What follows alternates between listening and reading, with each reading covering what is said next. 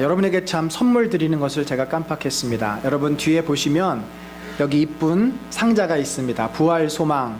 이 안에는 뭐가 들어있을까요? 우리 구운 계란, 보관되기 쉽고 맛있는 구운 계란 2알이 들어있습니다. 여러분들 이거를 꼭 한 분당 하나씩 가져가시되 본인이 직접 계란을 드셔도 좋겠고, 아니면 이쁜 상자잖아요. 이것을 주변에 있는 분들에게 우리 주 예수 그리스도의 부활의 이 기쁨을 나누기 위해서 선물을 하셔도 좋겠습니다. 우리 아이들은 이제 주일학교 부서에서 따로 하나짜리로 선물을 줄 겁니다. 여러분들 꼭 나가실 때 필요하면 내가 누구 줄 사람이 있다, 2개, 3개 가져가셔도 좋습니다. 꼭 가져가시고 주님의 부활을 우리 주변 분과 나누셨으면 좋겠습니다. 여러분, 제가 지난 3월 20일 날 저희 장인어른 소천하신 지 10주기가 돼서 이제 파주 헤이리 마을에 동화 경모공원이라는 곳에 갔습니다. 이제 우리 북한에서 오신 분들이 모여 있는 그런 묘지인데 거기에 이제 매장이 되어 계십니다. 벌써 10주기가 되었고 10주년 이제 예배를 같이 드리면서 이제 그곳에 갈 때마다 늘 그런 생각을 합니다. 이 다음에 우리 주님이 다시 오시면 우리 장인어른이 이 무덤을 정말 확 열고서 이곳에서 부활하시겠구나. 요즘은 이 땅에다가 묻는 그런 그 장례가 의외로 많지 않아서 그곳에 가면 참 새롭습니다. 또 가끔 저희 아버님은 이제 그렇게 돼 있는 게 아니라, 매장이 아니라 화장을 하셔가지고 지금 현충원에 요만한 단지 안에 계십니다. 또 느낌이 새롭죠. 그렇지만 역시 그 믿음이 있습니다. 그 앞에 가서 이제 현충원에 가면은 6열로 돼 있습니다. 아래에서부터 6열로 돼 있고, 그다음에 이제 그 안에 각 그 소천하신 분들의 이제 이름과 계급과 이제 인적 사항이 적혀 있습니다. 이렇게 한 칸에 부부가 같이 들어가게 돼 있습니다. 그러니까 이미 들어가 계신 분도 계시고 또 본인만 계신 분도 계십니다. 이제 그곳에서 또 저희 가족들과 어머니 모시고 가서 간단하게 기도하고 그럴 때 보면, 우리 아버지는 지금 한 줌의 죄로 돌아가셨지만 역시 믿으시고 주님 앞에 가셨기 때문에 예수님 부활하면 이곳에서 또 이 항아리를 깨고 나오셔서 부활의 몸으로 변화되시겠구나. 늘 이렇게 소천하신 저희 양가 그 아버지들을 보면서 저에게는 이 부활의 신앙은 낯설지가 않습니다. 이미 먼저 가 계신 주님의 나라에서 언젠가는 이분들이 부활할 것을, 그렇게 제 마음에 확신을 가지고 있습니다. 여러분, 우리 신앙, 기독교가 다른 종교와 근본적으로 차이점이 있다면 무엇인 줄 아십니까? 이 세상의 모든 종교는 나름대로 영원 불멸을 믿습니다. 불교에서도 해탈을 강조하고 이슬람도 천국에 간다고 말을 합니다. 그런데 놀랍게도 그들 종교에는 부활이 없습니다. 부활이 있다 하더라도 그것은 신만 부활하는 것이지 인간이, 모든 신도가 부활한다고 가르치는 교리는 없습니다. 우리도 죽으면은 우리 영혼이 어디로 가죠? 낙원으로 갑니다. 하나님 곁으로 갑니다. 그러다가 주님이 다시 오셔서 이 온 세상을 심판하실 때 우리는 예수님처럼 지금의 육신이 아닌 완전한 부활의 몸으로 구원을 완성하게 됩니다. 여러분, 제가 그런 고민을 해봤습니다. 아니, 왜 우리 인간이 부활을 해야만 할까? 사실 죽어서 천국에 이미 우리 영혼이 가지 않습니까? 우리 믿고 먼저 가신 우리 부모님들, 가족들은 그곳에 계십니다. 이미 영원한 안식을 누리고 계십니다. 근데 굳이 이 몸이 부활할 이유가 뭘까? 그런데 그 이유는 바로 창조에 있습니다. 저희가 지금 기독교 세계관 창조와 타락을 같이 나누었습니다. 다음 주에는 구원에 대해서 제가 여러분과 함께 나눌 것인데, 구원이라는 게 무엇입니까? 회복이요, 완성입니다. 그러니까 우리가 부활이 소중하고 부활이 너무 우리에게는 중요한 그 교리라는 것은, 창조된 이 세상이 타락해서 지금 여기에 이르렀는데 이것이 멸망받지 않고 온전히 창조의 시점으로 되돌아가고, 아니 그것보다도 완벽하게 그 세계가 회복이 되려면 우리의 몸이 어떻게 되어야 할까요? 우리의 몸도 아담과 하와가 입었던 그 몸보다 완전한 몸으로 돌아가야 합니다. 그것이 부활의 몸입니다. 그러니까 죄를 짓지 않고 죄에 의해서 영향을 받지 않는 완전히 회복된 예수 그리스도의 몸으로 돌아가는 것이 부활의 몸입니다. 따라서 부활은 우리 신앙에 있어서 매우 중요한 교리예요. 그런데 오늘 우리가 함께 본 이 고린도라고 하는 교회, 그 교회 안에는 부활을 믿지 않는 성도들이 있었습니다. 왜 부활을 믿는 것이 어려울까? 사실 부활을 믿는 것은 그렇게 어렵지 않습니다. 예수 그리스도께서 부활하셨다는 것을 고백하면 우리도 부활한다는 것을 믿는 게 어렵지 않아요. 근데 왜 이 교인들은 부활의 교리를 믿지 않았을까? 그것은 당시에 그 사람들의 사상, 그 사람들의 세계관을 이해하면 잘 알 수 있습니다. 더불어서 오늘 우리가 사는 이 시대와 사실은 제가 볼 때 로마 시대가 별로 다르지 않습니다. 물질적인 풍요와 인본주의적인 것이 근간을 이루는 이 세계, 그곳에서 영원한 세계를 꿈꾼다든지 몸이 부활돼서 창조가 회복된다든지 이러한 것들은 별로 관심이 없는 이야기입니다. 당시 로마 사람들은 영혼의 불멸을 믿었지만 육신은 죽으면 썩어서 없어진다고 믿었습니다. 그것이 뭡니까? 바로 헬라 사상입니다. 플라톤의 철학의 이원론이에요.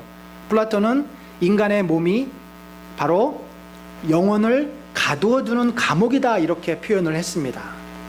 예수님이 살아계실 때 그 근간에 활동했던 유대 철학자 필로라고 하는 사람이 있습니다. 그가 이렇게 이야기합니다. 구원은 부패한 육신을 떠남으로 불멸한 상태에 도달하는 것이다. 그러니까 유대인들도 영원 불멸을 믿습니다. 그런데 부활은 그들이 잘 믿지를 못합니다. 따라서 바울은 지금 오늘 이 고린도 교인들을 향해서 너희 몸도 예수가 부활했다면 너희 몸도 부활할 것이다 라고 강조하고 있습니다. 그들은 더욱이 당시에 그 팍스 로마나의 그 시대 아래서 풍요와 번영을 누리는 로마 시민권을 가지고 살았습니다. 그 이야기는 뭡니까? 당시에는 로마 황제가 신적인 존재였습니다.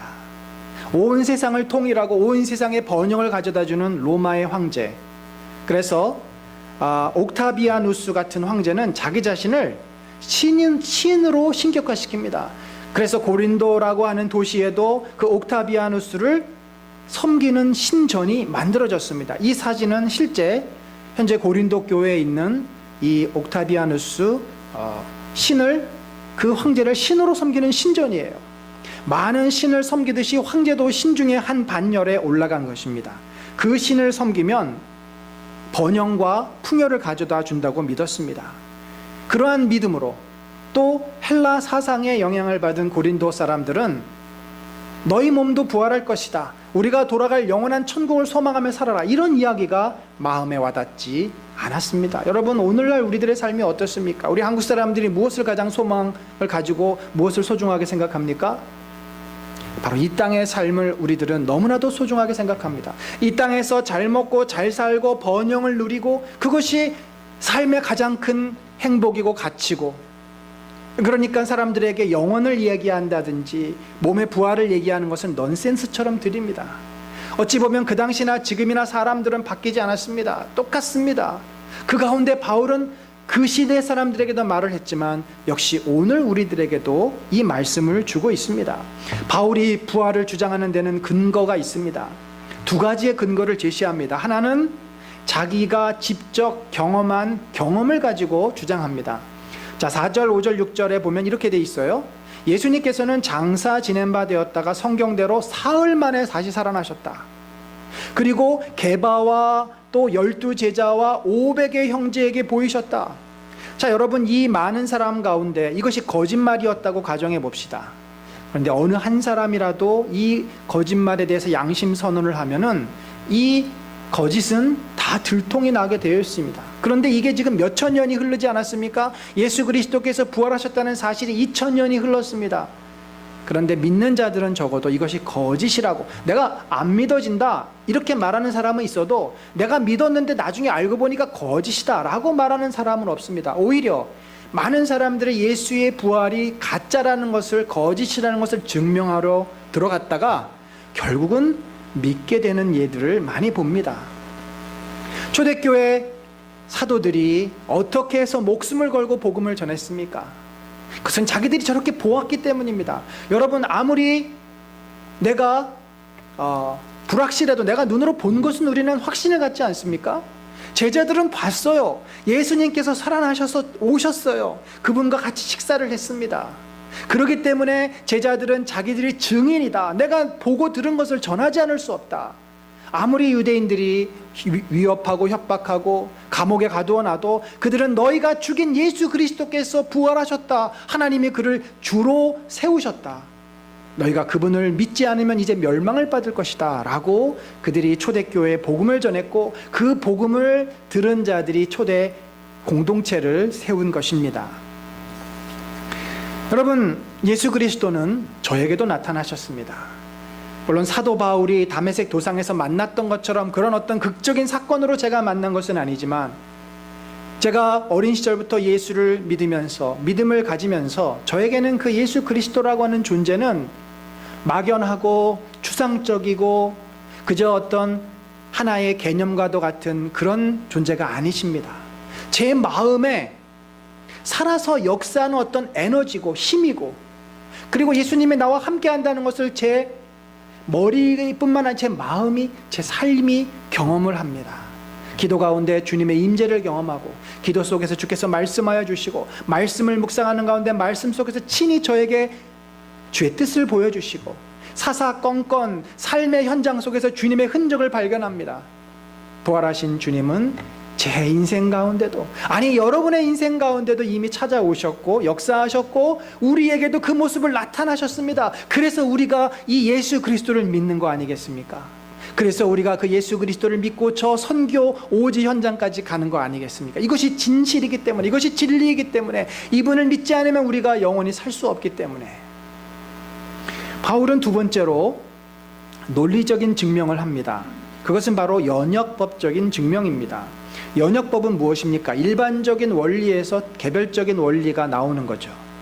그러니까 사람이 죽었는데 죽은 자가 반드시 부활한다라고 하는 그 원리에서 예수 그리스도도 부활하셨다라고 하는 결론을 그가 뽑아냅니다. 13절에 보니까 만일 죽은 자의 부활이 없으면 그리스도도 다시 살아나지 못하였다. 그러니까 그 반대에 주장하고 있는 거죠. 죽은 자가 부활을 할 수 있기 때문에 예수 그리스도도 부활했다라고 하는 겁니다. 실제로 예수님이 공생의 기간 동안에 누구를 살리셨죠?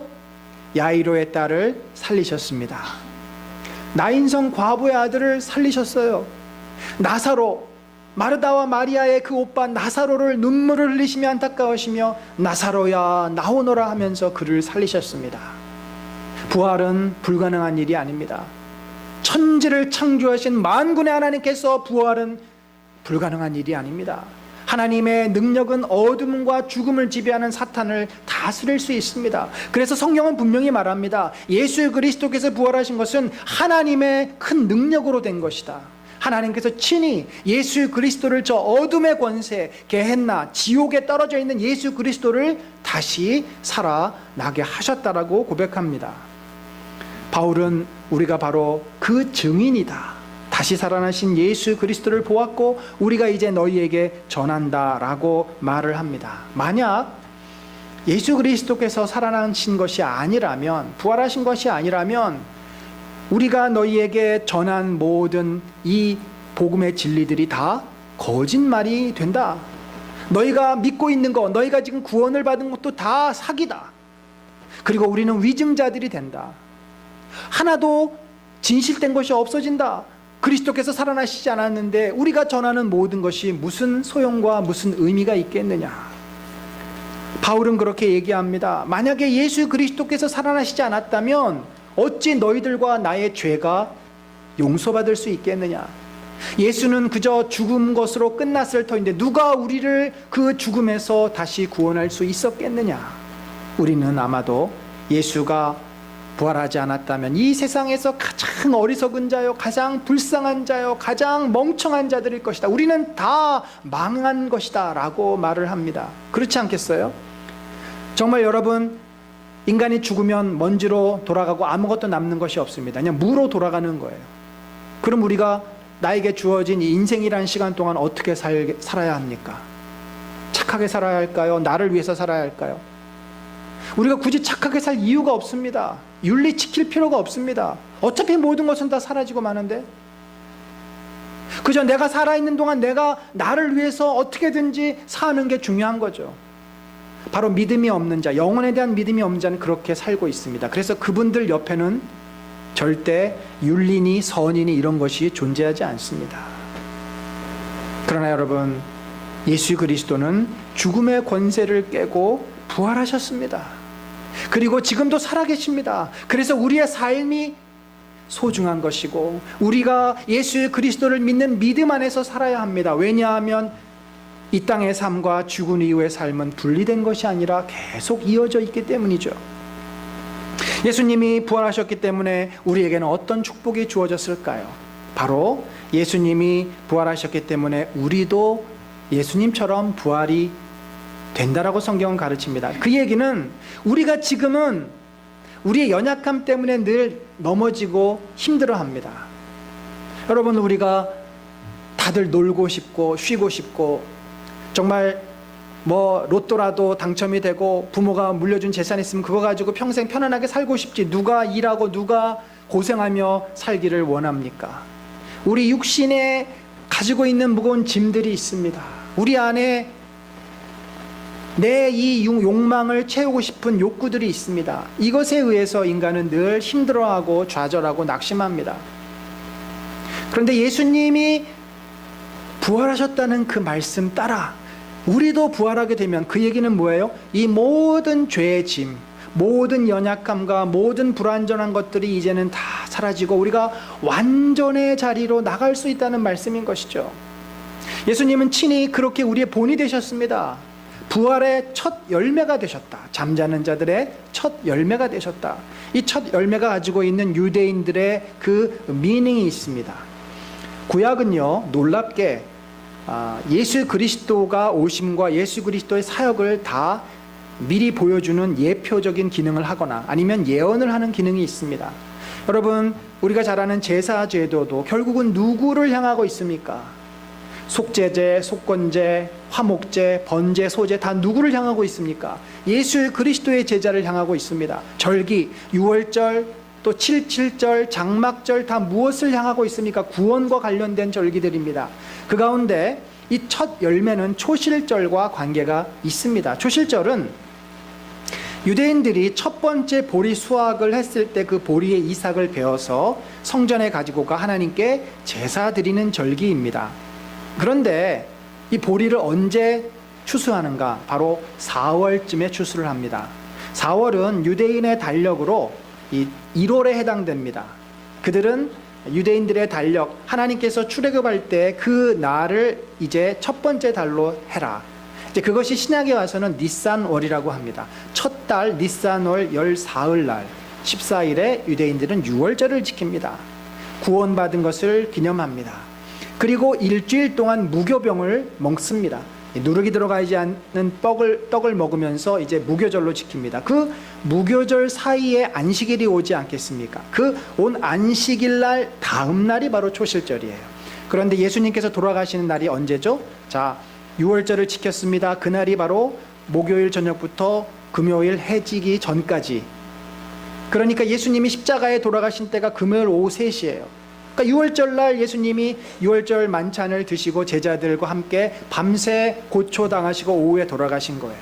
그러면 금요일 날 해 지는 때부터 뭡니까? 안식일이 시작이 됩니다.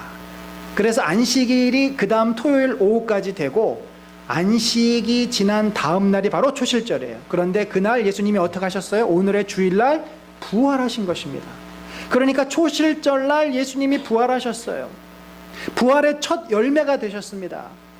당시에 그 초실절 날 이 열매는 이 갈릴리 호수 주변에 있는 게네사렛 평원에서 이삭을 가지고 예루살렘으로 왔습니다. 왜냐하면 그쪽에 제일 먼저 보리가 이제 추수가 됩니다. 그리고 나서 첫 열매를 바치면 그 다음에 밑으로 내려오면서 이스라엘 평야, 유대 광야 계속해서 남쪽으로 내려오면서 추수를 합니다. 예수님이 어디 출신이에요? 갈릴리 게네사렛 출신입니다. 거기에서부터 오신 예수 그리스도가 부활의 첫 열매로 바쳐졌기 때문에 이제 예수님을 믿고 죽은 자들은 그 다음으로 부활을 할 것이라는 바로 약속이 바로 초실절의 첫 열매로 드려진 것이다 라고 말씀할 수 있는 거죠. 레위기는 바로 이러한 것을 우리에게 명령합니다. 너희는 내가 너희에게 주는 땅에 들어가서 너희의 곡물을 거둘 때, 가나안 땅에 들어가서 얘기하는 거죠. 너희의 곡물의 첫 이삭 한 단을 제사장에게로 가져갈 것이요, 제사장은 너희를 위하여 그 단을 여호와 앞에 기쁘게 받으심이 되도록 흔들되 안식일 이튿날에 흔들 것이며.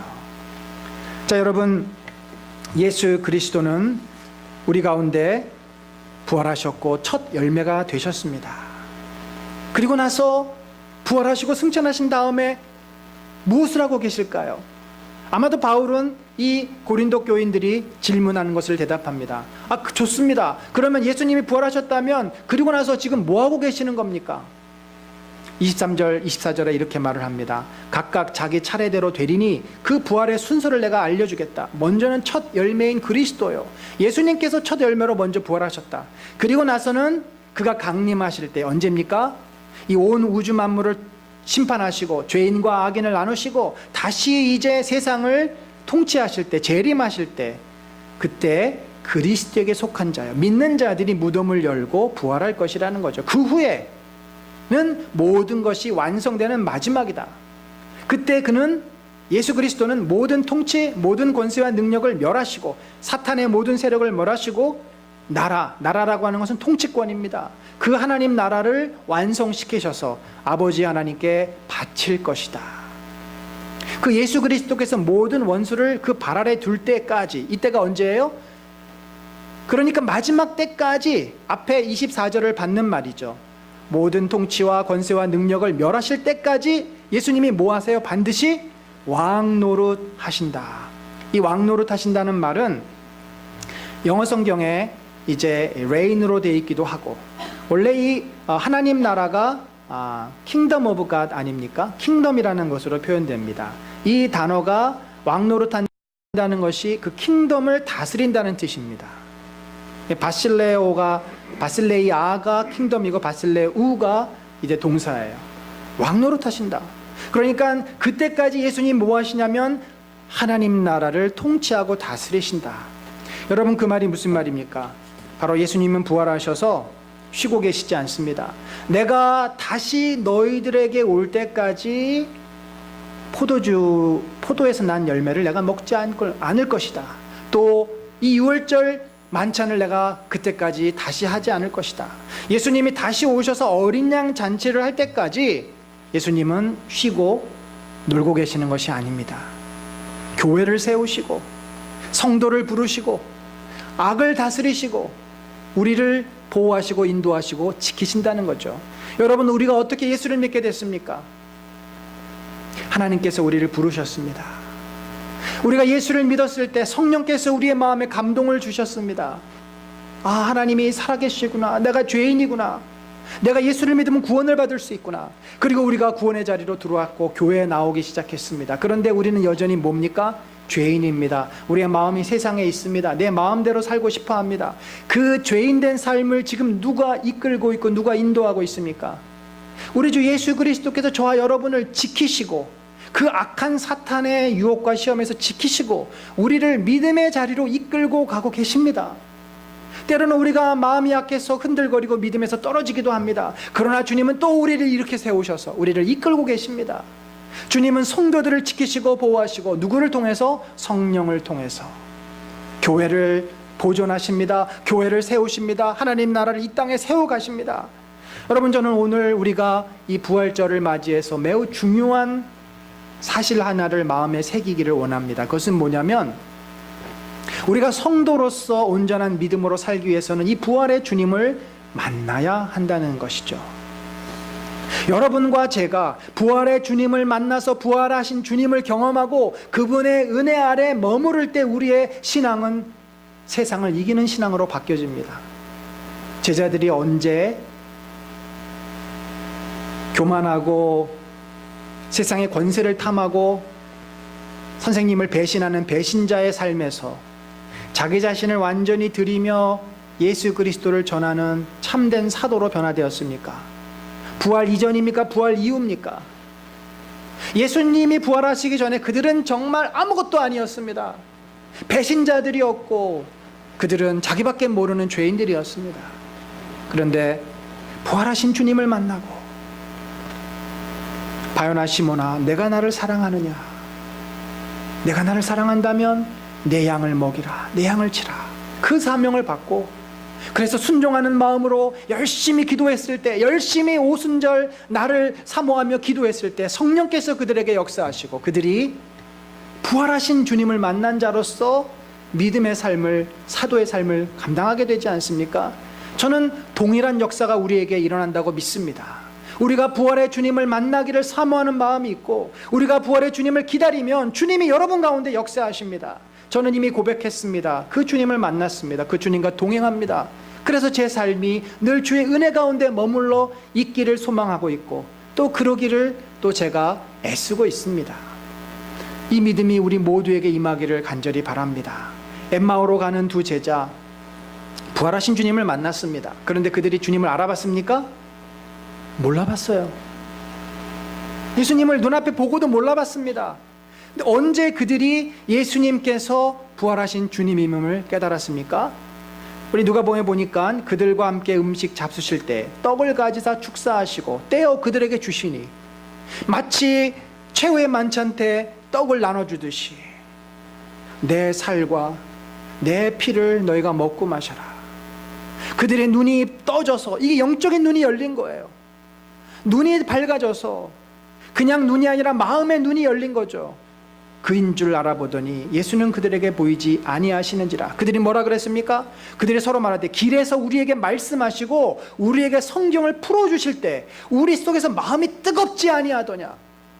여러분, 이 마음이 뜨거워지는 성령의 역사, 여러분, 이 성령의 역사가 우리 가운데 일어나지 않으면 우리는 부활의 주님을 알 수 없습니다.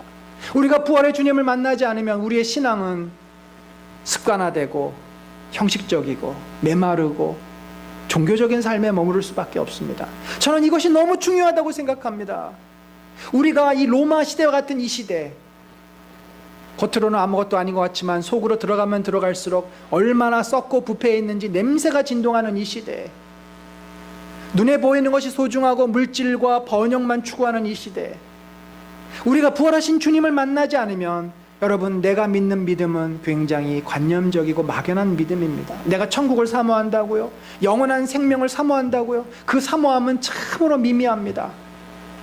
그래서 우리는 늘 현실 앞에 쫓기고 현실의 문제 속에서 힘들어하며 살 수밖에 없습니다.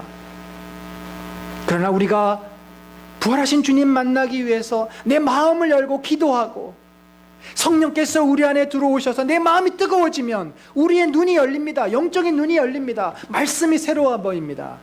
주님은 어디 계십니까? 나와 함께 하십니다. 나와 동행하시고 나를 지켜주시고 보호하시고 나의 주가 되셔서 내가 그분을 붙잡고 그분을 따를 수 있게 됩니다. 얼마나 이 부활의 주님이 나와 함께 하시는 것이 중요한지 모릅니다. 사랑하는 성도 여러분, 신앙은 그런 겁니다. 내 의지로, 내 생각으로 절대 신앙생활 제대로 할 수 없습니다. 우리는 비틀어져 있는 인생이에요. 가만히 있으면 아래로 미끄러져 내려갑니다. 좋은 것, 편한 것, 그런 것만 찾습니다. 절대 위로 올라갈 수가 없어요. 이 죄의 중력을 우리 스스로 거스를 수가 없습니다. 좀 올라가는 듯 하다가 다시 제자리로 미끄러 내려지는 게 우리 인생입니다. 우리가 부활의 주님을 알 때는 그러나 달라집니다. 부활의 주님이 내 안에 계시면 내 이 죄의 중력을 이기고 우리를 끌어올립니다. 하나님 나라로 끌어올리고 하나님 나라를 소망하게 되고 주님의 은혜가 무엇인지 알게 되고, 오늘 나에게 닥친 이 땅의 문제를 우리는 새로운 차원에서 새로운 은혜와 새로운 힘으로 감당해내게 됩니다. 저는 오늘 부활주의를 통해서 우리 사랑하는 성도들 마음속에 그 믿음이, 그 확신이, 그 영광이 가득 채워지기를 소망합니다. 부활하신 주님을 만나서 부활하신 주님의 은혜로 또 이 땅의 모든 삶을 감당해내는 귀하고 귀한 저와 여러분 되시기를 예수 그리스도의 이름으로 간절히 축원합니다. 아멘. 우리 다 같이 일어나셔서 아까 우리 부른 이 찬양 1절 2절을 부를 텐데, 이 찬양의 내용을 여러분 한번 묵상해 보시기 바랍니다. 부활하신 주님은 어디 계십니까? 나와 함께 하시고 나를 인도하셔서 내가 이 땅에서 믿음의 삶을 살 수 있도록 도와주시는 분입니다. 우리 부활하신 구세주 같이 찬양합니다.